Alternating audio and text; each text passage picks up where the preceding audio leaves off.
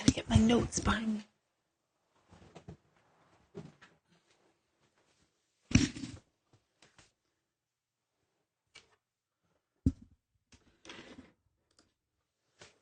Oops. Hello, everybody. I'm going to give you a few minutes to jump on.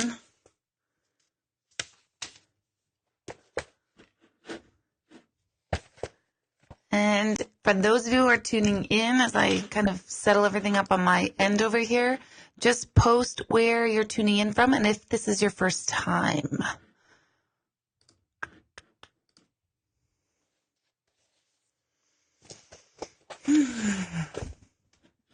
Let's see. So there's about 16 of you on right now, but I'm not seeing our chat. There it is. Okay.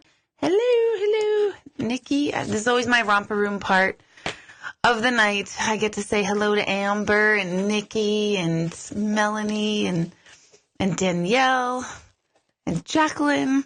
So if you're tuning in for the first time, let me know if it's the first time. And if you're just tuning in general, just write where you're tuning in from. Yeah. And how you could also say how you heard about this too, if you aren't from anywhere nearby. Jillian. So yeah, Kelly.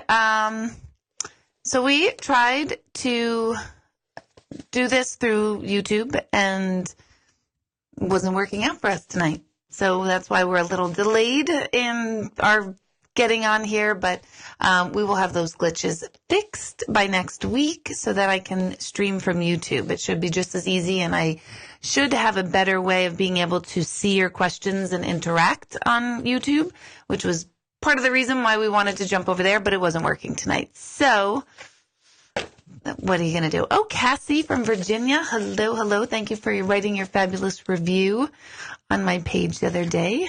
Monroe. Hello, Lorene. How are you? My voice is getting high and annoying. Don't forget to click, Sharon. Hey, Sharon, are you going to do yoga while I'm talking tonight? Sharon always says that it's great on Monday night. She does her yoga while she's listening to me. So that's always good. Thanks for sending you back over. Is that what you mean, Kelly? Back over to Facebook? Yeah. The YouTube thing, I don't know. We've got to figure out the glitches. So for those of you tuning in, just type in where you're tuning in from. And, if this is also your first time, let me know that. Don't forget to click a like on the broadcast, or heart is always nice too. Those always make me happy when I see them fly by. So this format is just for me to be able to take your questions and interact with you a little more on all things about energy, the other side, intuition. And just as a reminder, I don't take any personal, intuitive questions in this format. So I know a lot of times people ask, am I going to get that new house? Or is this going to happen? Am I going to retire? And this isn't the format for that. So I don't answer any personal intuitive questions. This is more of a, just a broad information and kind of learning things that you've wanted to know about energy. I also want to talk about my book tonight, which I haven't done yet in this format. For those of you who don't know, In the Presence of Proof is my new book that was out in September.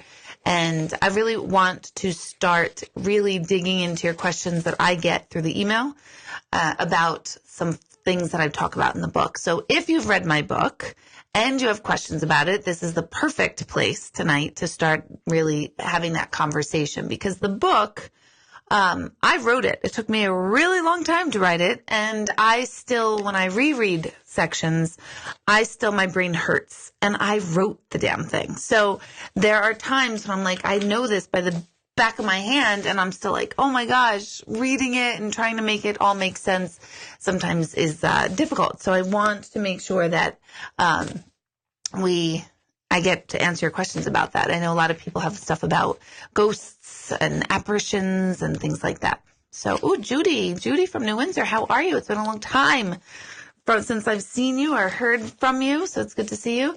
And Maria, always fun to see your name pop up. Hey, Mikey from LA, you bastard out there in the warm weather, where I'm stuck in New York with the cold. It was pretty nice today in New York standards, but yeah. I'd rather be in LA, that's for sure. So let's start with a couple of things I have coming up. I have workshops coming up. I'm adding a lot of intuitive development workshops. Beginning in June, I will do one intuitive development workshop a month. Usually I'll hold them on a Saturday morning or Sunday morning at some point. And so look on my website for information on that. And I'm thinking about tossing around doing like a little mini adult summer camp where we really have like kind of styled like kid camp only for adults and learning about intuition and meditation and self-development and all that fun stuff. So that's on the horizons. And in the meantime, I have galleries galore popping up. My next one is this Wednesday night, so 2 nights from tonight in Poughkeepsie, New York at the Poughkeepsie Grand Hotel. And that's information for that is on my website. And then after that, on March 1st, this one makes me nervous, which makes me laugh because this gallery on March 1st is held at the Walk Hill Senior High School. Now, those of you who know me know that's my kids' school. So they're teachers and parents who just know me as Jack, Ben, and Chris and Nietzsche's mom, then they're going to see me in a whole different light. And this is where it's going to come out that I curse a lot. And now parents and teachers will understand why my kids curse a lot. So that's coming up March 1st. And then I'll be in Hudson, New York on March 6th or 7th. It's a Thursday in March, the first Thursday in March. And that's in Hudson, New York at the Club Helsinki, which is one of my truly favorite venues because it's just outrageous the way they have the lights and the sound and all that. So those are from some of the next galleries coming up. And then I have Energy Transformation Awareness Level 1. That is the most intensive course that I teach so far. It's a 6-week workshop held over the course of 3 weekends. So you're not with me for 6 weeks, but you will be with me for 3 weekends, Saturday and Sunday from about 9 to 3. And that's where we do a lot of dredging of your old energy, understanding how energy works, understanding the correlation between your thoughts and your physical body and how that affects your energy and, of course, how that affects the rest of your life and how you manifest things. So it is not an easy course. It's fun, but it's not easy. And a lot of you have taken it already, so you can chime in if anyone asks more details about that. I'd like actual people who participated in it before to chime in nicely, because you will hate me. You'll hate me during that class because I will definitely poke some energetic soft spots within yourself so that you can move them and release them and upgrade your energy field. So that's all happening. Let me see my notes. What else? I'm really excited to have a little segment on Casey on WHUD's Sunday morning show called Shine On. Say that 10 times fast. And my next time on will be in March. And so you can look out for that too. Some of you have actually written to me saying that's how you found me, from listening to that. So that's all my news on this end. Tonight is my middle cave son's birthday, Benjamin's birthday. He is 16 today. So that is just one of those mind-blowing, like milestones going, how did my baby get 16? It's number 2 now that it's driving, and it's just bizarre. So that's happening in my neck of the woods. Sarah, is there homework for energy awareness? There is homework for energy awareness. Yep. You'll have close contact with me, and so to speak, over the course of the 6 weeks, I do check-ins, email check-ins with you. So there is homework. The hate goes away quickly for me after that class. That's true. That's true. That's true. So, let's see. Anyone have questions? I want to start off with questions about the book because, every week, a lot of times the same questions are coming up over and over. And I want to vary the content of this event. So, you can go back to my old shows on my YouTube channel. You can look at them if you want to have, certain questions. A lot of times reincarnation comes up. So I've discussed that a lot. What happens to unborn babies, or babies that are aborted, or babies that are miscarried, or stillborns, or just babies in general on the other side. A lot of that comes up a lot on this. So those have been answered before, many times on my YouTube channel. So does anybody, I know, don't text and drive. You're right, Maria. It's so scary with Ben, with all of them teenagers, all them little whippersnappers. You just found me, Grace. That's so good. Let's see. You missed yesterday, Kathy. Oh, I know, Kathy. All right. Purchasing my book. You can do that on Amazon.com. You can get it at any of my events that I'm at. I have them with me. But you can also always get it on Amazon and then bring it to any event, and I can sign it for you at any event that you pop up at. Let's see. Oh, that's cool about the wrapper, Amanda. Those things are not coincidence by any means. So that is what I always call a wink from your loved ones on the other side. In that case, your dad. Okay. You just lost a 16-year-old Shelly. Do I teach how to look for messages from those who have passed? I do teach a development class on, mediumship, not so much to become a medium for other people. I still wrestle with that type of class, but what you're speaking to is how to connect with your loved ones yourself. I have a meditation CD that I've created. You can get it through my website or cdbaby.com, and you just type in my name, Intuitive Medium Deborah Hanlon, and I have 2 meditation CDs on that site. One is about your interpersonal core beliefs and your energy field. The other one is called Spirit to Spirit, and that's the meditation one that you would probably want, because that is where I help you get to a place where I go when I'm doing readings. So I'm leading you through the same meditation that I go through every time before I do readings. That's what I do. So I love to teach that. And really, I always tell everyone, you are your own best medium than myself or anyone else ever can be. A lot of times, grief will completely get in our own way because we are physical creatures and we still want to have physical relationships with people here. And we grieve and we're sad and we miss them. The good news is they don't have that experience on the other side. They are more connected to us than ever before. They don't have limited thoughts and beliefs. They don't have anger, sadness, pain, anything negative. They don't have it. So they have just pure being, pure consciousness. So, they're in the good spot, Shelley. That's for sure. That's how I always tell people they've got the good spot. But do I teach classes? Yes. But I would tell you to start with that particular meditation. You could download it right to your phone, or you could actually purchase a CD. Hey, Ronnie from San Diego. That's my favorite spot, LA and San Diego. Okay, let's see. How can I play? Kelly is asking. Let me add this to the broadcast. Hold on. Let me get rid of this. One moment, please. I'm doing technical stuff. Okay.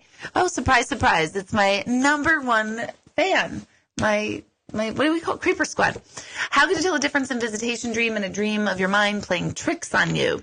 Visitation dream is always when they come to you on the other side and they're happy, they're healthy, they're whole, they know they've passed, or they make reference to they know they're with you all the time, or the fact that they can't be here physically with you, but they're okay. When they look healthy, they are typically dressed in white, but not always, not all the time by any means, but a lot of times they are. It's always a good feeling dream. It always feels good. It doesn't mean that you feel good when you wake up, because you might, when you wake up, have that feeling of loss again, that intense, oh my God, I just was with them and now I'm feeling the grief all over again. So that can happen. But during the dream itself, everything feels good and they're happy and healthy. Any other type of dream, I call it a projection dream. And if they're coming to you and they're negative or upset, or you can't talk to them, or they won't talk to you, or they're unhealthy or angry or anything that's unsettling, that's a projection dream, a dream of your grief and emotions projected onto someone who's passed. That could also be someone you don't even know. It could be like a grandparent you've never met, and they show up in a dream and they're very angry, but it's not really them coming to you. It's your inner life, your inner being getting projected on someone who's passed already. Okay, I have a lot of questions here. Ooh, I like this. Dana, great question. Does Source think that we can replace fear with love and thereby live more like them? No doubt. Absolutely. And this is literally what my whole book is about. This is what my true work is about. Over the years, I've gotten away from mediumship as only doing mediumship, and I'm so enthralled with the living. And you'll hear me say this over and over and over. And I really am transitioning into, I hate the term life coach, but it really is that, where I want to help the living live in the same conscious space that the deceased have. And what I mean by that is the deceased, like I said before to Shelley, they don't have fear. They don't have anger. They don't have illness. They don't have the concept of a limited mindset. They are in complete and total being. And if we can adopt that mindset, that consciousness more in our daily lives, we will live better. We will feel better. We will have less fear. So they're absolutely aware of the possibility that we can live like that. They also do know that we are still human and we have not been taught and trained enough to live like that. But they absolutely know that the way we live and the shit we do to ourselves, they know that that's not the right way to be. The way they know there's a better way. They absolutely do. I know there's a better way. Does that mean I live it perfectly? Absolutely not. All of you, I always say I go batshit crazy at the moment, drop of a hat for little things. I get triggered emotionally like everybody else. I think I recover quickly from these triggers, and I'm always questioning. I'm always wondering, okay, what part of that is mine? What could I have done differently to assess that situation? And these are the things that the deceased knows. They know that, like, we really don't need to be so attached to our identities. We don't need to be offended so easily by other people. A lot of times we're just walking around, all of us, very, very, very unconsciously. And so the deceased know that we absolutely can live with much more consciousness in our day and bring that. And life is so much better when we do live that way. That's entirely what my book is about. But that's also what the Energy Transformation Awareness class is. The level 1 is about getting a better understanding about energy itself. So it is possible. You guys, it is absolutely possible. Ooh, Sarah, I love this question. Do I have a least favorite part about my gift? One, I always struggle when people call it a gift. I guess other people would look at it as a gift. I never go, oh, I'm so gifted. No, I mean, maybe if I'm being like a total a-hole to my kids and I'm like, oh my God, your mother's so cool. But I never think of it as a gift. I think it's an ability, and I think it's an awareness I've developed, and I've developed it because I experienced the death very profoundly when I was younger, and I think that just sparked something very early on in me, and it's my passion. It's all that I love, so I never call it a gift. But the least favorite part for me, absolutely, is the level of expectation I constantly feel from other people every time they're around me. So, at a gallery, like an open forum where I'm giving readings, I know as a human being how many people are desperately wanting to hear something and need to hear something from a loved one who's passed. And I feel their expectation, and I feel their that sadness if they don't hear. I never want people to think that that's because their loved one's not okay, or that their loved one is upset with them in the here and now. All of that weighs on me. I don't like sitting in front of people and I know I'm giving a reading, but I might not say that one thing they're waiting for. And I know that, and I can feel that. And I want to hit a home run for people every single time because I want to give proof of an afterlife. It's literally what I'm about, everything about. And so the expectation of other people that they have on me is the worst part for me. I can't just say, well, whatever they get, they get. That's not how I'm wired. I want to make sure that I make the connection with the person sitting in front of me and the connection through me from the person on the other side. And I know that I can't be perfect in that. I know that, I do know that the messages that come through are the messages the person really needs to hear. I know that, but I also know the human side of that. And like, no, I just want to hear, that they know that I flushed their watch down the toilet yesterday and it was an accident. And, whatever those little details are that are really big details to us and in our hearts, I feel that. And I hate that. I hate when people feel disappointed. And it's not a great career for someone who's a perfectionist, because I have little to no control over what comes through, what I feel. So that's the hardest part for me. No doubt, hands down. That's also why I like my mantra that I always have in my head, especially more now than ever before, is the saying, if you give a man a fish, he eats for a day. But if you teach a man to fish, they eat for a lifetime. That's my mantra. And that is how I am approaching all of my work. And I feel like a reading is me giving a person a fish, and it feels so great in the moment of that reading, but then they go home and they go back to their life and they don't know how to do the connection themselves. And that leaves them wanting and thinking they need myself or any other medium to do the work for them. And I hate that, because that's inefficient. That doesn't empower a human being sitting with me. And I'd much rather live in a world of empowered humans than humans who think they need me or someone like me to do this part of work for them. So if I teach people how to connect, not only to the other side, but first comes to the connection of self, those deep, dark, deceased parts of ourselves that we all have. When I bring life to that part of people, that's me teaching you how to fish. And that I see people go and leave my center, leave my workshops, and they know how to apply these techniques and awarenesses, and they live better. So I love that. I don't necessarily like to just give fish out all day and then people think like they need me, because you don't.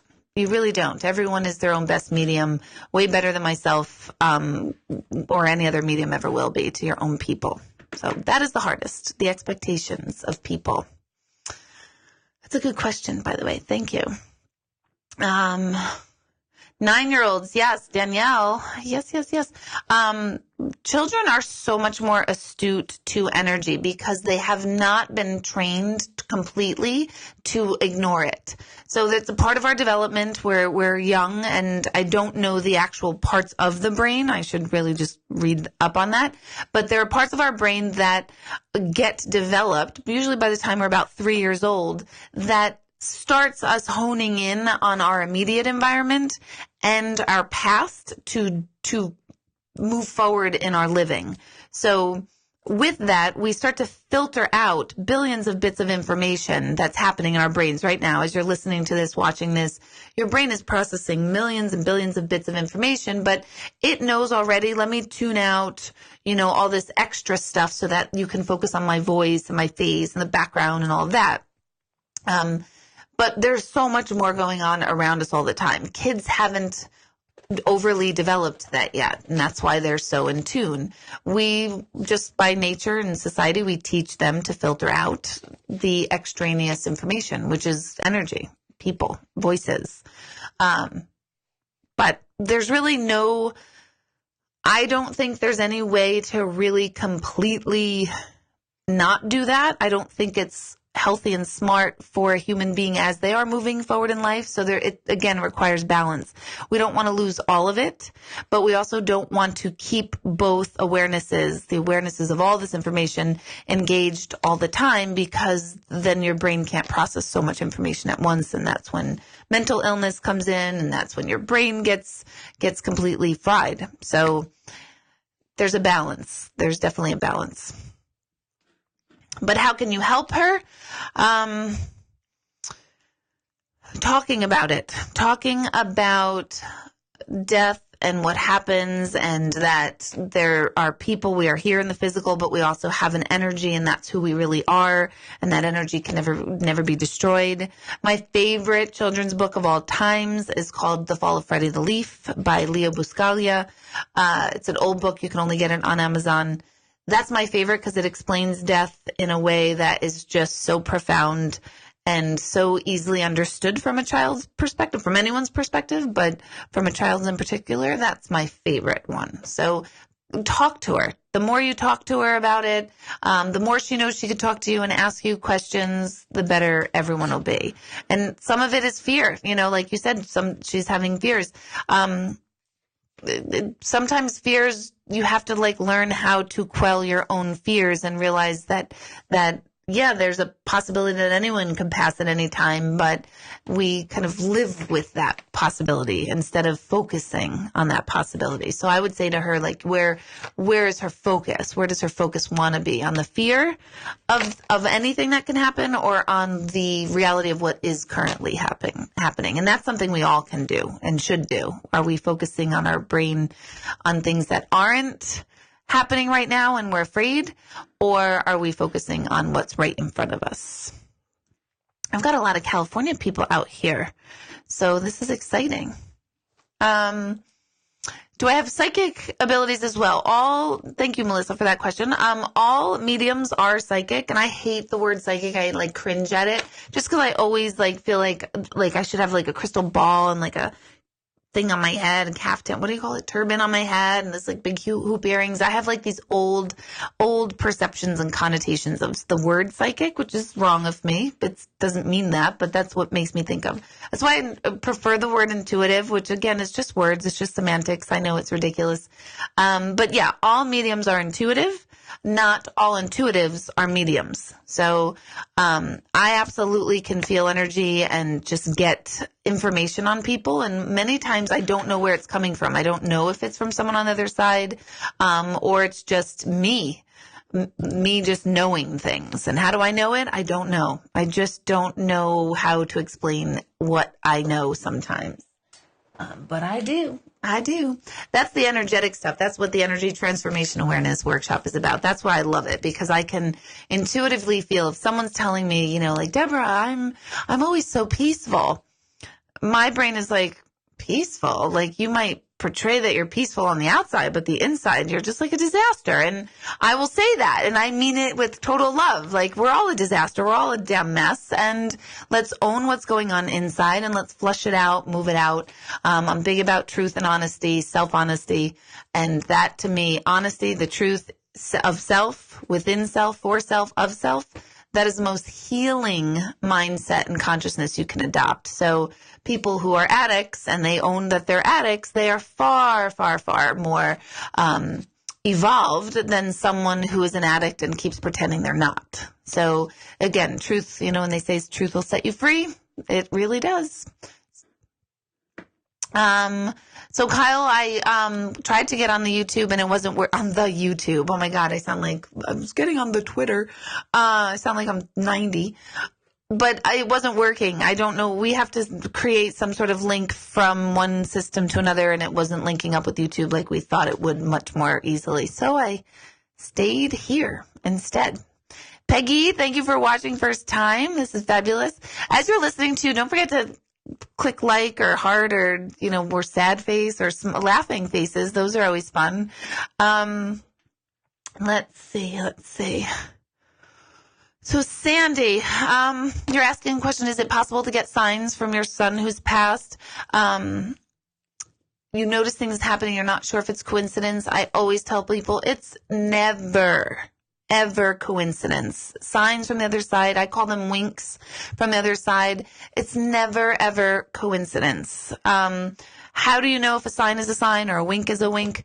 It's how you feel when you receive it. It's that moment, that nanosecond of, thank you.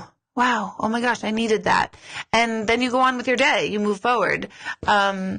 So you can take the word coincidence out of your vocabulary. I also remind people, because people will say, sometimes I think I'm making up a sign. Maybe I'm making it up because we want it. We all want them all the time. That's normal. That's fine. But you can't make it happen. You can't make a sign happen. If you really, really think about it, you just can't make it happen. So if something pops up, a name, a phrase, a number on the phone or the clock or whatever, a song plays, You name it. There's 8 million bajillion winks. That's not coincidence. You can't make those things happen. So I'll just keep reminding people over and over that you're not creating these things out of the blue. Yes, sometimes it feels like, oh my gosh, I wanted that to happen and it did. But I ask you, repeat it, make it happen again, duplicate it. And if you can all the time, then I would say, okay, it's probably not a sign, but you'll probably know that because of the way you feel. But mostly you won't be able to duplicate it, and that's how you'll know for sure. They're sending us signs all the time. Sometimes we get them and sometimes we don't. That goes for all of us. This is all I do. I am trained to pay attention to these things, and I miss a ton of them myself. So that's just the way it goes. But if you ever question whether that was a sign or not, but it felt good, it was a sign. And I'm sorry to hear about your son. Ugh. Okay, getting a little drink. My glass dribbles every time I take a drink, so if I get soaking wet here, it's been an occurrence all day, and I just haven't changed my water bottle. Wow, it's the first time all day that didn't happen. And I'm sorry, I'm slurping in the microphone. It's been a long day, you guys. Let's see. Thank you. I have to leave this chat. I'll be back next time. Thank you, Ronnie. I don't know if you're still on, but thank you, Ronnie. I know, James, I'm not perfect. Isn't that weird? It's so weird. It's crazy. If I'm not perfect, nobody is, right? Freaking amazing. Oh, wow. You were 1,111th subscriber, Jade. That's pretty cool. And for those of you who have a 1111 wink or a 1111 wink, there it is right there that I'm saying it. Okay. Let's see. Cassie, why do I usually realize halfway through my dream that they've passed? Like, wait, you're dead? Because it feels real in the dream. They're coming to you and you're remembering their essence, from your essence to their essence. You're remembering them. And then all of a sudden in the dream, you're remembering like, oh, wait a minute, hang on a second. You're not even here still in the physical. So that's actually normal. Let's see. Maria, in heaven, does our spiritual quest continue, or have we reached our personal summit just by passing over? Oh, great question. We have reached our personal summit when we've crossed over, because what happens when we cross over, and this is all in my book, all my book, shit, look, it's like my book, there it is in big form. We are, as I'm sitting here, there is a person named Deborah Hanlon, and she has dark hair, and she's almost 6 feet tall, and she's got all these boys that live with her, and blah, blah, blah. There's an identity, right? So we, as human beings, we only identify with the identity of each person, or the perceived identity of each person. And everyone thinks that's all there is to Deborah Hanlon, and to Maria, and to everyone else that's tuning in. The thing, and to a degree there is that. There is your person. You are a human being and you have an identity and life and roles, and all of that is what happens. But that's not all the story. What's inside of me is this source energy, white light, beingness, consciousness, whatever you want to call it. And that's the part of me that never ever dies.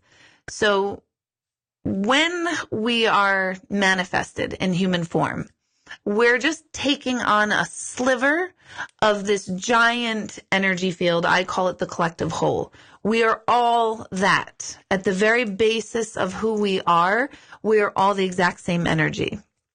But we're just manifested in physical form in different slivers of that same energy field. In my case, I'm the sliver of the collective whole known as Deborah. It's like friggin' Prince, right? Now all of a sudden formerly known as Prince, formerly known as Deborah Hanlon. Why do we split off like that?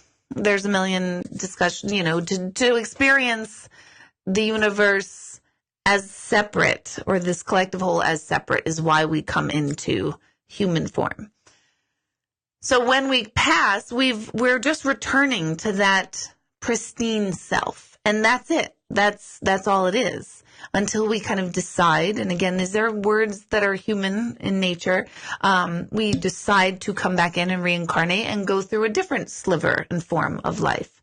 And so our summit here is really just experiencing a piece of the great whole so that we can understand the whole. Because when let's look at it this way. If we're all drops in an ocean, we're not really understanding what the ocean is really like, because it's all the same. It's so vast. It just is. There's no differentiation anywhere within that ocean. That's how our energy is. There's no differentiation until we take on form. Then we differentiate. Then we go, oh my gosh, I'm taking on the form of this in this lifetime for whatever reason, with these lessons, if you will, and these contracts that we come in. So our personal summit is done when we've crossed over, because we're no longer in that form. But we're going to jump in for another one at another time, if that makes sense. Let's see. Oh, I like this question. Does everyone have the ability to develop this type of awareness? Are some people more able than others? Great question. I believe everyone has absolutely the ability to develop awareness, and it's just training and understanding how humans work, how our brain works, how our identity works, our attachment to things, and then how to let that go. We all have that ability. I don't feel that everyone has the ability to be a medium for other people.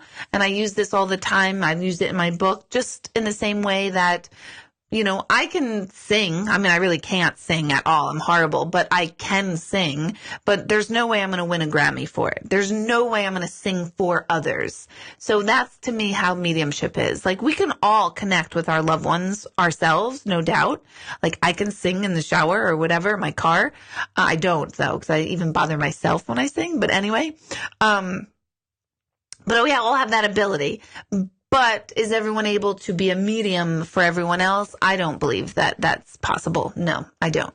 So it's the same analogy. But for yourself, absolutely, you can do that. Are some people more able? I think the ability comes down to desire. Again, am I able to sing? Maybe if I worked at it really hard, I could become better at it. And I highly doubt that I'd ever be Grammy worthy, but this is definitely something that is teachable. It's trainable. It takes work. It doesn't just happen and it's there. It takes constant sort of inner renewal of self, constant self-reflection, constant understanding your part of the world and how you view things, and realizing that just how you view things is not the way the world views everything. So yeah, it's totally teachable and learnable. I just don't think it's something that everyone can do for other people in that way, which doesn't mean other people can't do it. I'm just saying that some people think that they're going to be all of a sudden take a class and become a medium for other people. And that makes me crazy, because you're not just going to learn how to be a medium in a weekend workshop. You're just not going to do that. You can hone skills that you already have. You can hone your awarenesses that way. Absolutely. Let's see. How do I turn it off? Hello, Jess. How do I turn it off? What do I do to let Spirit know you're not reading at that time? I just am like, nope. Not doing it. I kind of have this visual of a curtain closing behind my eyes. It's like the show's over, curtains closed, no information. I also think it really is just a matter of where our focus and attention is. So if I wanted to go into a mall and just really plug into the energies of everyone in the mall, I could absolutely do that, because my mind has been trained on where to place my focus to hear the other side. I don't do that. I don't want to do that. To me, this is in some ways I love what I do, love every minute of it. But, when you're at work, if you're a teacher and you love teaching, you still don't want to be teaching 24/7. You want downtime. You want time away. You want quiet. It's the same thing for me. So I have zero desire to read anybody, other than when I'm allotted the time for it, because it is extremely draining. It's taxing on my whole being. Going back to that question someone asked before, that expectation rises in me, and I feel that. I constantly do feel like when I'm around someone, like when they're like, "Oh, do you have anything for me right now?" And I'm like, "No, I'm like on, the line to get food at Panera right now. I'm not doing anything right now." So, I don't have any trouble turning it off, which doesn't mean that sometimes things can kind of sneak in. I never go up to anybody ever anymore in public and say, "Hey, by the way, so-and-so's talking to me and they want you to know this." I never do that. I write about that in my book as well, why I don't do that, because I had one bad experience, but it was definitely like a teaching moment for me of like, you know what, that's kind of unethical for me to do that, because I can't make the assumption that everyone believes in this. I can't make the assumption that people want to hear about it. It's also potentially very emotional information, so I don't want to just open it up, say it like a Panera, and then be like, "Okay, see you later. I'm going to go eat my soup with bread." So I feel like there's a time and a place for it. So I'm good at turning it off, and it really is just where my focus goes. Do I connect with members of my family that have passed? I do, but like everybody else, I question like, I'm constantly saying like, "Give me a sign, give me a wink, let me know you're here." That's the best way I communicate with them. I so much recently, and I think that people will find this funny, I've been saying very recently how much I wish I had 10 more minutes with my grandmother, because I would just love her take on what's happening in my life. And I'd love to know her in a different way than I knew her here. But I don't feel like I can do that in a way that I want it. So I probably will go to a medium for that. So, and I'm not opening up for like readings. If somebody's like getting readings, like, "Oh, I'm going to tap into your grandmother," you don't need to do that. But so I'm just like everyone else. I walk around going like, "I wonder what grandma would think right now." Even though I know the big philosophy, my human self is very much engaged. But I constantly connect with my brother who's passed, and he passed when he was 4. I was 3. I don't even have conscious memories of him, but I always feel like he's that little angel on my shoulder type of thing. And I also do have a very strong connection to my father's father, who I don't remember meeting here in life either. I think I was 4 when he passed, or 5. I don't remember meeting him, but I feel very strong connection to him. I have an aunt who's passed, and before she passed, she told me, "Listen, don't try to connect with me. I'm good. I'm happy. I'll be in like Bermuda on the other side, or Aruba on the other side, and I'll be fine. So don't connect with me." And she hardly ever comes through, like ever, ever, ever. But she told me she wouldn't. So that's that. All right. Can I see your loved ones? I'm getting all these. My kids are calling me. Oh my God. Can I see your loved ones during a reading? That's a great question, Lisa. I usually feel like I'm looking out at you, the person I'm doing the reading for, through their eyes. So in that way, like if you're looking out, I wouldn't know I had dark hair if I'm looking out from my eyes, if I can't see it. So I usually feel their personality, their mannerisms. I had a woman who had passed today in my office, and she was a lip biter. And that's all I kept feeling. It's like, I just want to bite my lip. And at first I'm like, is this like a lip ring or what's going on? And it's like, no, she's biting her lip. So I'll feel their personality, but I don't typically see them. The woman today, though, did show me she had dark hair like mine, but that's not typical for me as a medium. Every medium's different, too. Some absolutely completely see them. Some draw their faces for you, which I think is pretty cool. I have not been to one. I don't think I've been to one that does that. Let's see. Yes, connecting to your daughter on your own is definitely the best, Shelley, so you can absolutely do guided meditations and learn more about that. Oh, Lisa, you know how you connect from me. Thank you. Let's see.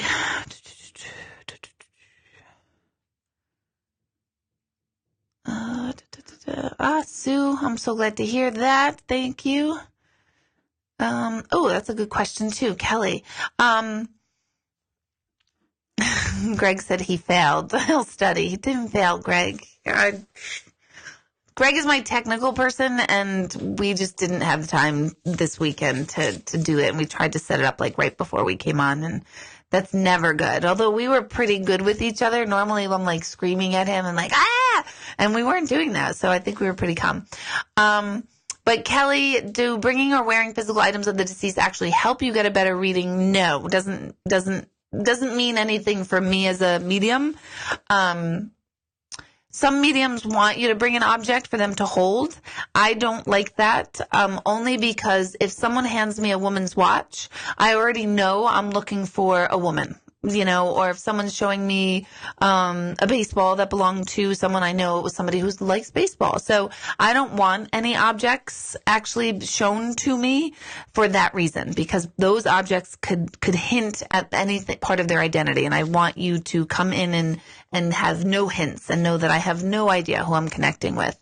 There is something called psychometry, which I do like to do, where I can hold the object of someone and tell you a lot about them because I could feel the energy of them in it, but I don't require that or want that in a reading. So sometimes people have given them to me or tried to, and I'll tell them to hold it and I'll read it, or I'll hold it and then do a reading off the psychometry mid-reading.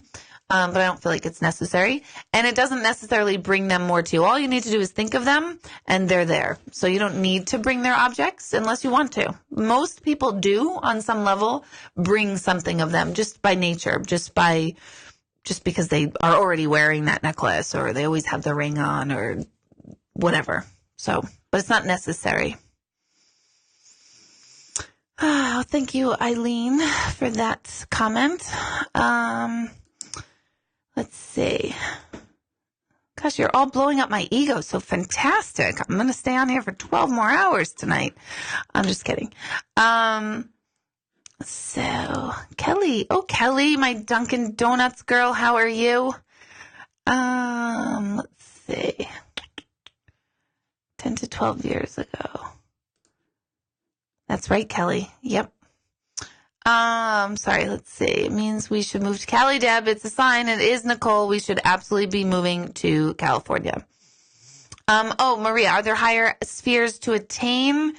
There's so many schools of thoughts on higher spheres and higher consciousness. They talk about angelic realm and all of that. To me, I always struggle with this because to me, energy is energy. It's pure energy. There's no better energy. There's no smarter energy. There's no more wise, more loving energy on the other side. Angels and higher realms, religious people, they kind of get more, how do I explain this? This is obviously my interpretation. I constantly struggle. I also don't know enough about the angelic realm. I always say that, like, I don't do that realm, because it's not provable to me. I'm somebody who always is on proof, and I can't, like I've said in sessions like, oh, Archangel so-and-so is with you. And I'm hearing them say that on the other side, but my logical mind is like, how the fuck do I know that? Right? So, I can't prove that. I can't, and you don't go home and go, oh my God, I took a picture of myself and yeah, the Archangel was in it with me. And that's the proof I want as a medium, as a person sitting with you. I want proof instantly, as instant as I can. And angelic realm, I can't get that. So, yeah, it's hard to explain on that. It's hard to explain, but no, I don't feel that we have these higher spheres to attain on the other side, because that is a human concept, higher, lower, moving upward. And that's not a concept that applies to energy. It's all being. It's pristine. My website used to be being, knowing, doing. My center is the Center for Being, Knowing, Doing, because those were the three words that I can come closest to trying to explain to people of how the other side works. They're simply being, capital B, all knowing and doing. They're interceding in our lives and are present in our lives. So the concept of upgrading and higher, lower spheres, again, that is always a human concept, which doesn't necessarily apply to the other side. Don't forget to Tell me where you're tuning in from if you haven't done that already. Like, write in where you're tuning in from, because I love to hear that and see that.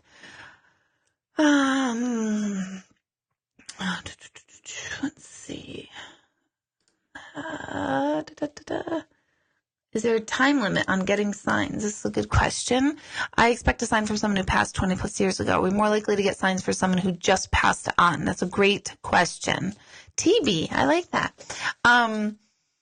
There's not a time limit. Absolutely not. I tend to sit with people who because when someone first passes, we're so plugged into their absence, and we are so much more apt to really be needing and searching and looking for those signs and winks. So they seem to be more closer or, more recently from when someone's passed. And that could be within 5 minutes of someone, or the second of someone passing, to 5-10 years. And we tend to, as time moves on, ask them less for signs. Certainly doesn't mean we stop asking them for signs, but we ask less. So that might be why people say, like, yeah, I really don't hear from so-and-so from 20 years ago. Me as a medium, I have a lot of people who who come to me and they say, can you connect with my uncle? And I'll try to connect with the uncle, and I'll ask, was he a really big drinker? And they'll go, oh, I don't know. I was like, okay. I'm like, oh, I get this dude, like, that feels like he's a big drinker. And then I'm like, oh, did he have like a stamp collection? I'm just throwing this out here. This is just like, I'm not reading anyone's uncle right now. And they'll go, oh, I don't know. I never met him. And so that's always hard for me, again, how I'm wired as a medium, to trust what I'm getting, only because I like that, like, did you know if he collected stamps? Yeah. Doesn't mean I can't connect with him or I'm not connecting with him. But if you don't know the person, we don't know enough to know if I'm connecting with them. Again, that comes down because I'm wired with logic. I like proof, and I don't like this nebulous, information that comes through completely. So that might be why sometimes it seems that you get more signs from someone who's passed more recently, but certainly you can get signs from George Washington if you wanted to. Again, people ask me that, like, do you ever connect with like Elvis and stuff like that? And absolutely not, because I feel like I'm like a crazy person, like going, hey, Elvis, come in, tune in, unless I sat with a member of Elvis's family, and then I'd be able to get those instant validations for that. So I hope that answers. That's a good question. We haven't had that one before. Do I believe signs come in numbers? I absolutely, positively do. There's all sorts of reasons for that. But I think numbers are a mathematical way for the other side to absolutely give us information. I have a connection to a particular number that pops up, and it happens daily if I'm really focusing on it. It pops up all the time on license plates and you name it. And I'm always like connected to that number for whatever reason. So absolutely can. And if you see the same number over and over, it could be a couple of different things. It could be a wink that you're just kind of like on the right track. It could be the number is like the person's birthday, and that's like, again, what I call a wink from them on the other side, letting them know they're okay. It could be a number of things, but if you see the same number over and over and it makes you feel good, it's just usually like that wink of like, yep, you're fine. Everything's good. Everything's all right.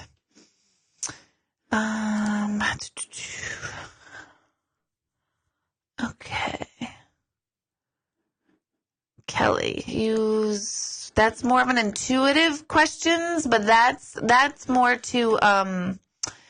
of an anxiety situation, because the other side will not make us feel nervous and like their hands around the neck and all of that. So that would speak more to anxiety and things that are going in here and now that are manifesting as you are sleeping. Let's see, Stacia. they're exactly like they were in life. People I dream about that are alive tend to be different in how their life. Does that make sense? Yeah, that is an interesting observation. So Stacia's saying that when she dreams about people who have passed, they're exactly as they were in life, but people that they dream about that are alive tend to show up different. A good dream analysis will probably be able to speak better to that. My 2 cents on that would be that the energy of the deceased is coming through as pure as you know them to be, versus people who are here that kind of we change. We change because of life. We change who we're with when we're with them. So but I would really consult a dream analysis to see the real specifics of your question. But that is a really cool observation.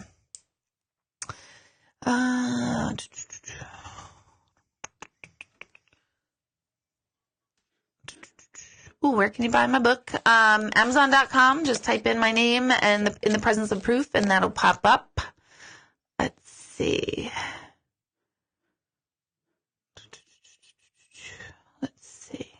I'm Grammy worthy. Not when I sing. Not when I sing. No way. Okay, let's see. Oh, cool. Victoria, cool. Let me know. Oh, do I hang out with other mediums for support? Hell no, I'm staying far away from us crazy people. No, I don't at all. I'm trying to think, no, I definitely don't. I go to them. I haven't been in a long time. There's 2 that I really love. They're both out west. One is Tara, and it's almost impossible to find her anymore. And last I heard, she doesn't do phone readings. And the other one is this woman named Midu in right outside of Los Angeles, but she's not necessarily a medium, Midu. So, but I don't hang out with medium types. I don't need to.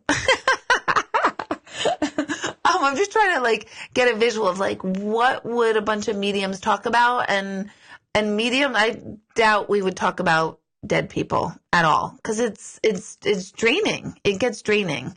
I've done interviews with John Holland recently and James Van Prague, which I do still have to put up on my YouTube channel, and that was so wonderful for me to speak to them, because things that I experienced, and you always wonder, am I doing this right? Am I doing this wrong? They were able to speak to that. James Van Prague actually told me something that blew my mind, that I had no idea what was happening with me. But I am somebody who eats meat, right? I love steak. I love beef. I love meat. And I know all the literature is you shouldn't be eating it and this and that and the other thing. But my body does really well on meat, and it's always been that way. But I've tried to eliminate it, and I get I just need it, right? And no funny comments from you. I can tell James is going to start chiming in, and Chris is going to start chiming in. But anyway, so in our interview, I think it was actually before we even started the interview or afterwards. I don't even know if it's in the interview. I have to look back. But he had said something that after every reading, he has a steak. And that hit me, because I'm why? And he said it grounds you. It brings you back down to earth, because the cow, the meat, that brings you into the connection to the earth again. And it's chock full of B12, which is something that you lose a lot of B12 when you're doing readings, which makes so much sense to me, because I'm constantly exhausted. I used to take B12 shots. I'm constantly taking B12 vitamins because I need that energy. And I never, ever, ever associated it with my work, ever, until he said that. So that was helpful. So I probably should hang out with mediums more often, but I don't. But that was helpful. That was like a tangent that I went on, but that was a cool question that you asked. Let's see. How are we doing? Everybody okay? Everyone good? If you haven't signed up for Energy Transformation Awareness, all that's on my website. You can find the information there if you want more about it. It starts Friday, March 29th. That's kind of like the kickoff night. It's that weekend, the 29th, 30th, and 31st. And then it's the following weekend, and then it'll be 3 weekends after that. So, it's 3 weekends over the course of about 6 weeks. And that's all my website. I'm almost full if I'm correct on that from that class. you will absolutely, Wendy, meet your baby in heaven. Anybody that's crossed over, come through you, even if you've never physically met them, they were in utero, you will absolutely be reconnected, reunited with anyone and everyone we've ever had contact with here. And you'll know exactly who they are. Absolutely. Let's see. And can I elaborate on babies and children passing? I always wonder if my other children can sense her or connect with her. I don't know if you wrote who her is. I'm assuming another daughter. But I'm sure that they can. I was very young when my brother passed, and kids tend to have that innate sense of just this knowing. And what is the book? I think it is Heaven is for Real, where the little boy went to heaven, and then that's where he saw that he had a sister before he was even born, but she was miscarried. And when he came back from the other side, he told his mom that he saw his sister.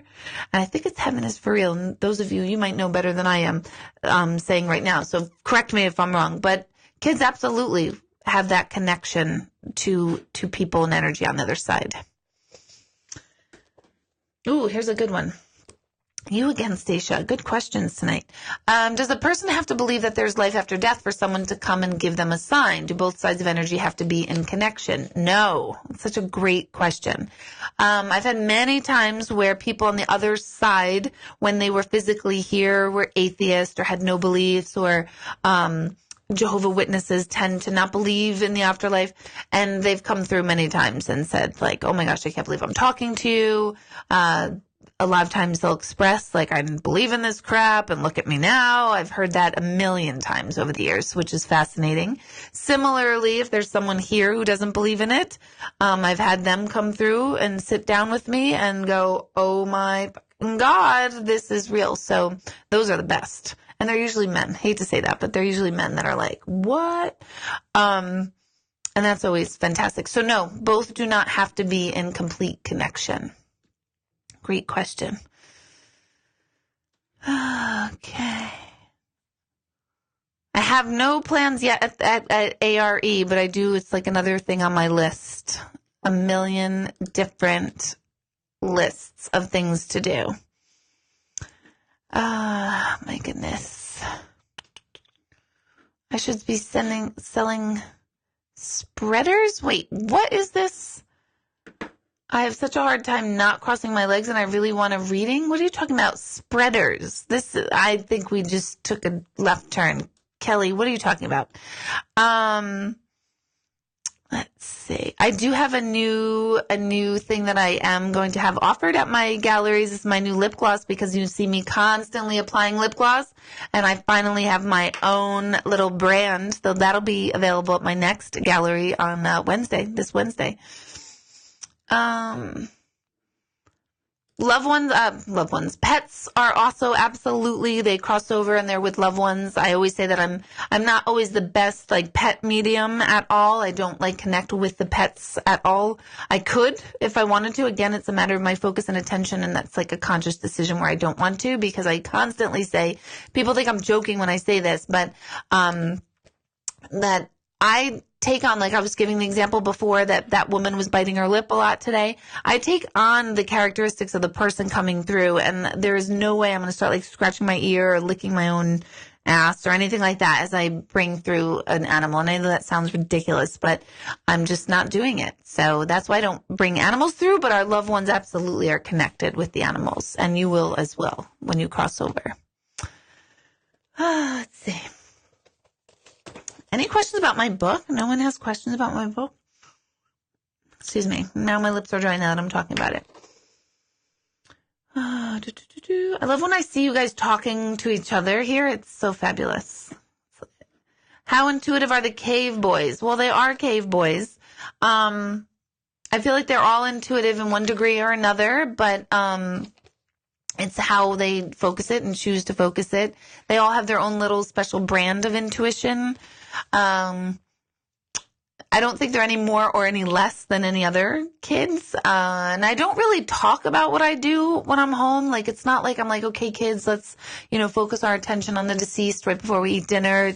It's usually where I'm like screaming, like, why the hell did you not empty the dishwasher? And I told you 80 times. And where's, your sock? Or why is your crap on the table? It's usually that conversation at home and not so much the higher realms of here's how you can manifest your energy better. It's just doesn't happen at my house. No, I don't teach them meditation because they just laugh at me. They act like I'm annoying.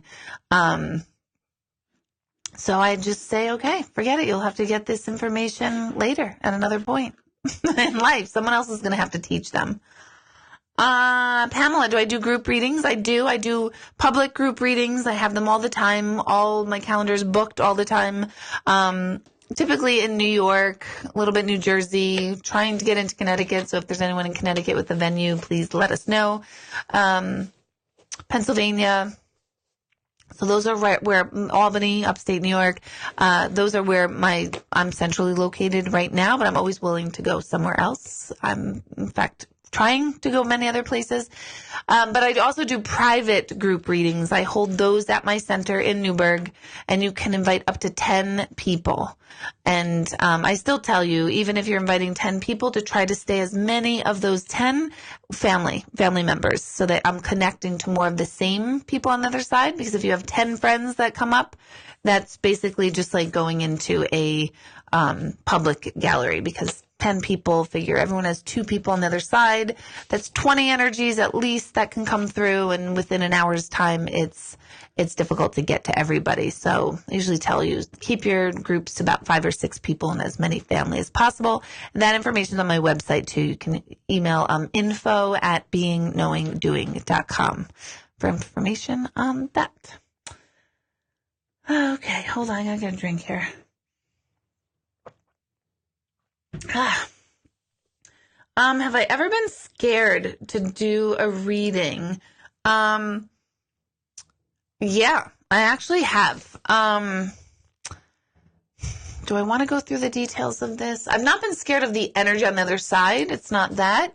I actually was scared of the information that came through during a reading and what the people who were physically still here were going to do with that information.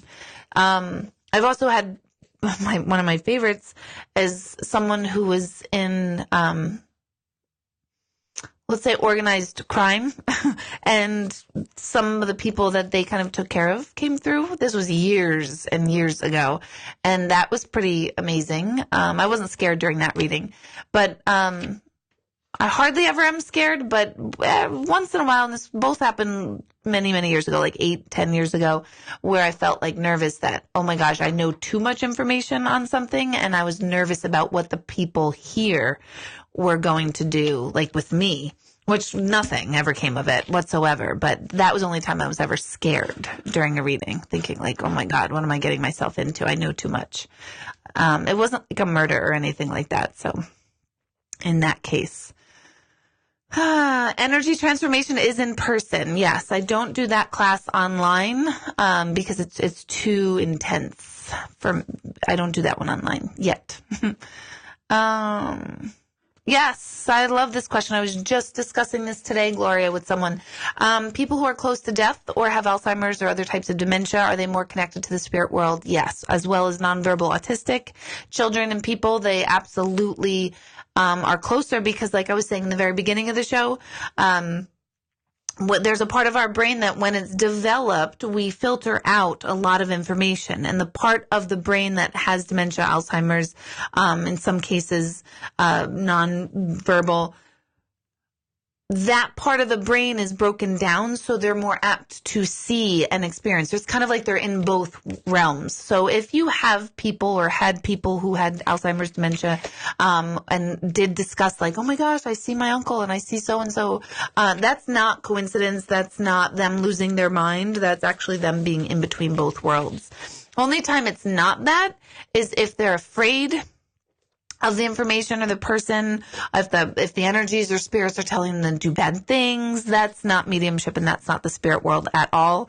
That's more along the lines of mental illness and not being able to interpret the information correctly. So that's the telltale sign of how you know if it was mental illness or if it's actually connecting to the other side. That's a great question. Suzanne, about the gallery, you haven't received a confirmation. You can call again tomorrow. This is something I hear constantly with this venue. So, I would have confidence that your name will be down on that paper on, Wednesday night. But if you feel better calling tomorrow, you can.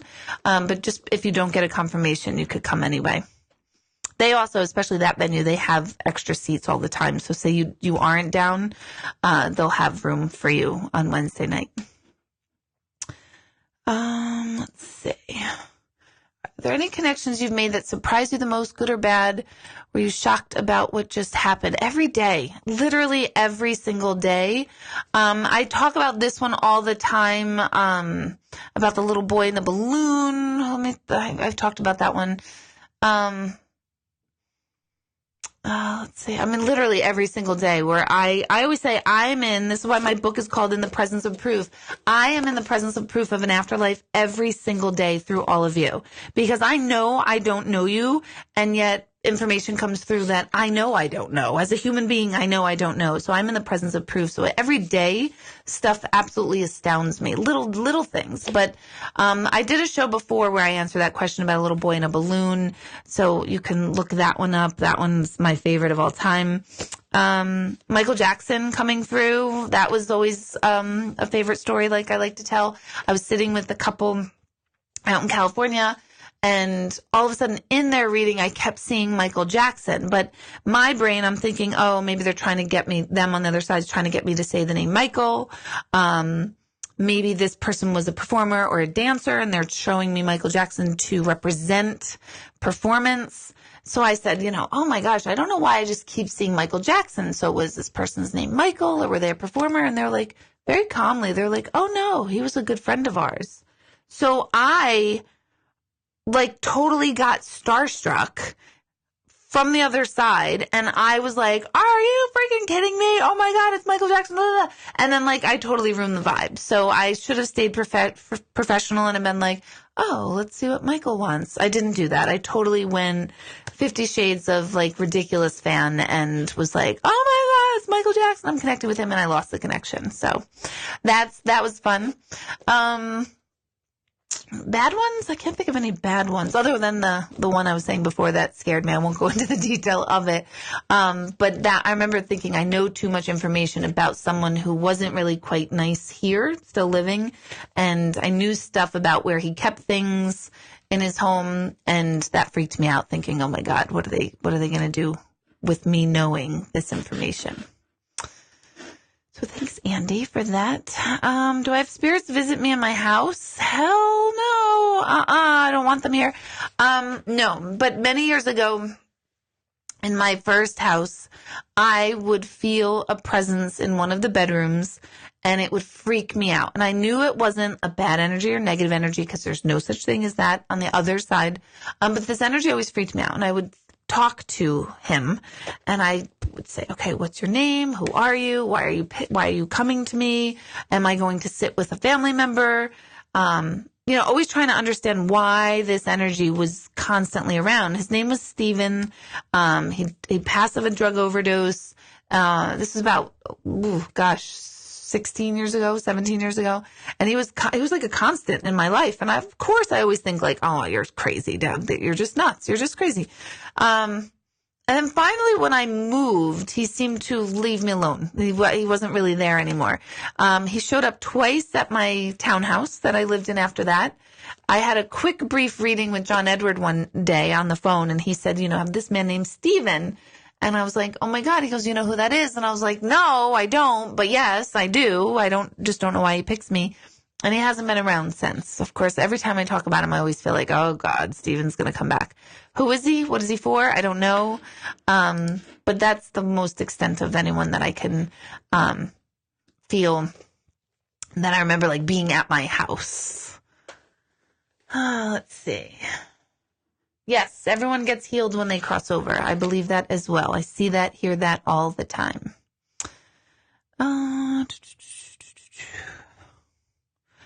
I don't do phone readings right now. Oh, Suhaiti, I haven't heard from you in forever.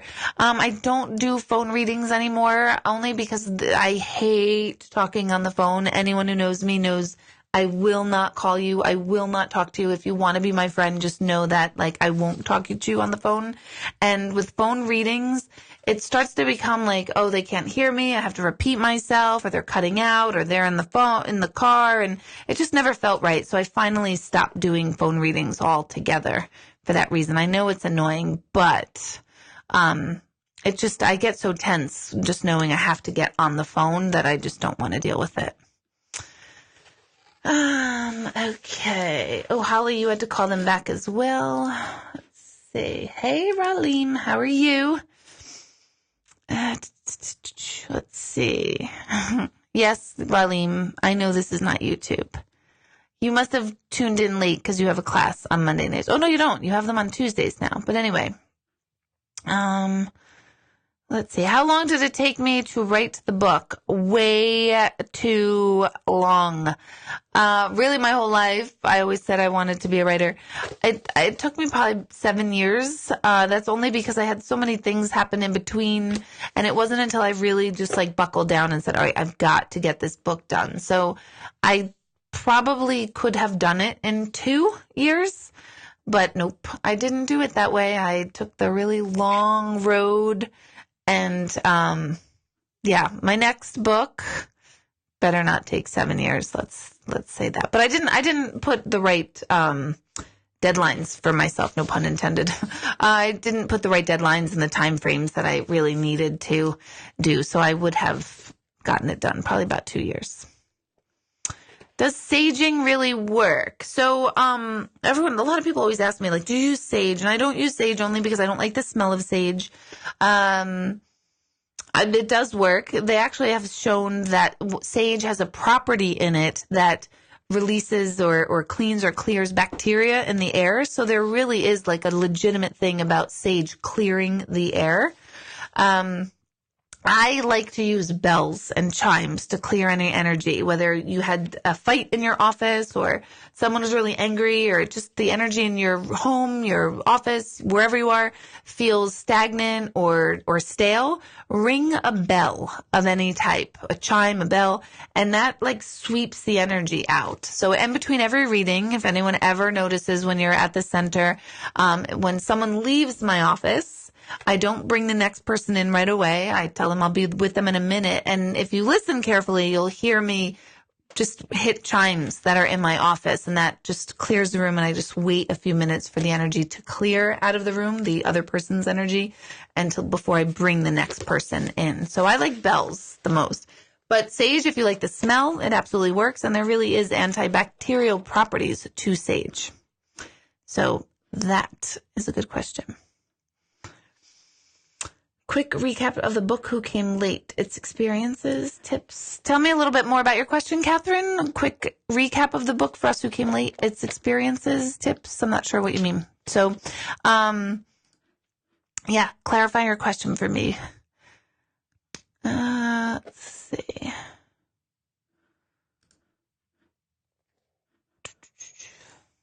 Sorry.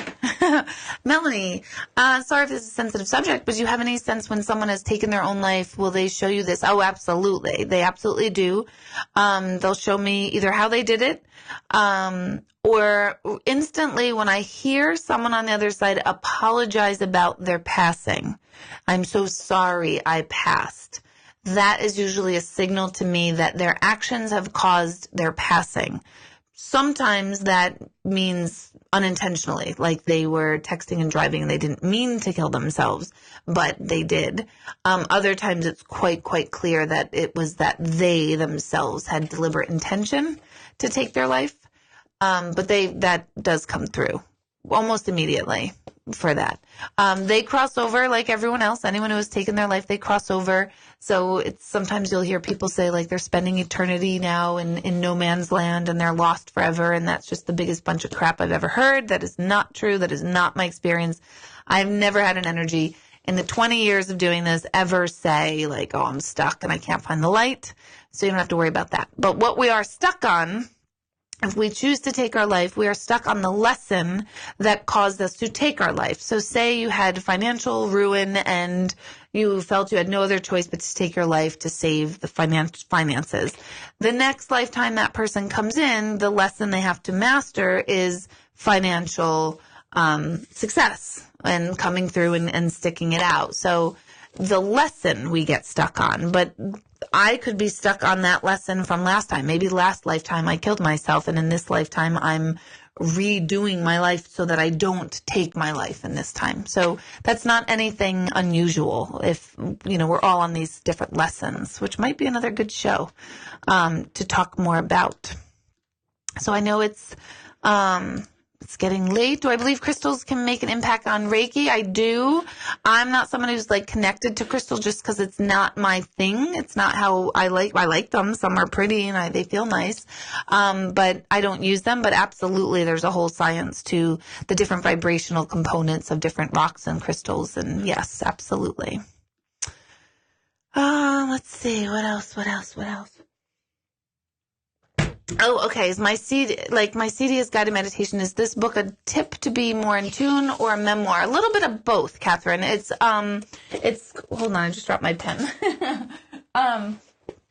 It's literally a medium's view of the afterlife and how to create heaven on earth. So it gives you a little bit of my background, how I came to be, how I understood what I'm doing was mediumship and how that all happened, my progression through all of it. It gives my understanding of the other side and what happens when we cross over. I give certain little vignettes about different readings that have taught me different things throughout the years. And then it's an application on, okay, if the deceased are okay, what is it about their mindset, their well-being, their consciousness that makes them to be in a place that's okay? And that is how to create your own heaven on earth. How can we adopt their consciousness, their mindset, so that we can live more like we're deceased, more freely, openly, without limitations, without fear, without doubt. So the book is a progression of all three. It's your practical application. It's your background on mediumship, how mediums work, energy. There's a lot about energy and physics and how light particles work. So it's a lot of information. It really, really is. So I'm surprised there's not more questions about my book. So I want more questions about my book. I should be keeping them when I get emails, and I haven't been. But because I want to start really talking about different aspects of the book itself. Okay, let's see. I'm going to take one more question, I think. It's getting late. Oh, hey, Elaine. You feel that people pass around you and then fade away? They could fade away. Your awareness of them fades away. Doesn't mean they fade away and leave you, but your awareness of them fades away. How could we cross over and just stay there? I don't know. I wish I knew. I wish it was pretty cool to just stay there. But apparently we keep coming back because we want to experience what it feels like to be human in this lifetime. That sliver of the collective whole. We're here to just experience that, no more, no less. So I'm going to wrap up. I welcome lots of questions about the book. So you can email them to my office, info@beingknowingdoing. It is available on Amazon. So if you Google Deborah Hanlon in the presence of proof, it'll pop up and you can get it there. You can also always get my book at any of the venues that I'm at or at my center. I will sign it for you if I'm there, of course. And if you order it on Amazon and you come to an event or a class, I will gladly sign it for you as well. I do personalized intuitive signed copies, and this is where you purchase a copy and I will tune into your energy field or the person that you're giving the book to, their energy field, and I will write you an intuitive message inside the book specific for you. So I have those on my website. Those have to be ordered through my office. So you can't order on Amazon and then have me do it. Those have to be done right from my office. So there's information on that. What else? My gallery's coming up this Wednesday, February 20th in Poughkeepsie, at Poughkeepsie Grand. Next Friday night, March 1st at the Walk-Hill Senior High School, or the following Friday night. And then Club Helsinki is coming up in Hudson, New York. For those of you who have connections to venues, places that can fit large audiences, places like theaters, stages, please contact my office and let me know what they are, because I am looking to branch out. That includes anywhere and everywhere. I'm also looking for contacts to other radio stations outside of New York. So if you have connections and contacts to do interviews and things like that, I'm always open. I'm looking to expand all of this. So send them my way, please. And I think that is it. I think so. Oh, I know one more thing. If you haven't already, just go to my YouTube channel and subscribe, because once I get that up and running and fine, I'm going to shift all of this over to YouTube, because apparently it'll be a lot easier for me to interact with you, and then it'll be easier for you to go back and see each one of these. So go do that before you leave, and then sign up for my mailing list on my website if you want more information. So that's it. That's all I've got. It's 10 p.m. on Sunday night, and I got to go give my little birthday boy a big hug and kiss on his 16th birthday. So have a good night, everyone. Thanks so much, and I'll see you next Monday night. Bye.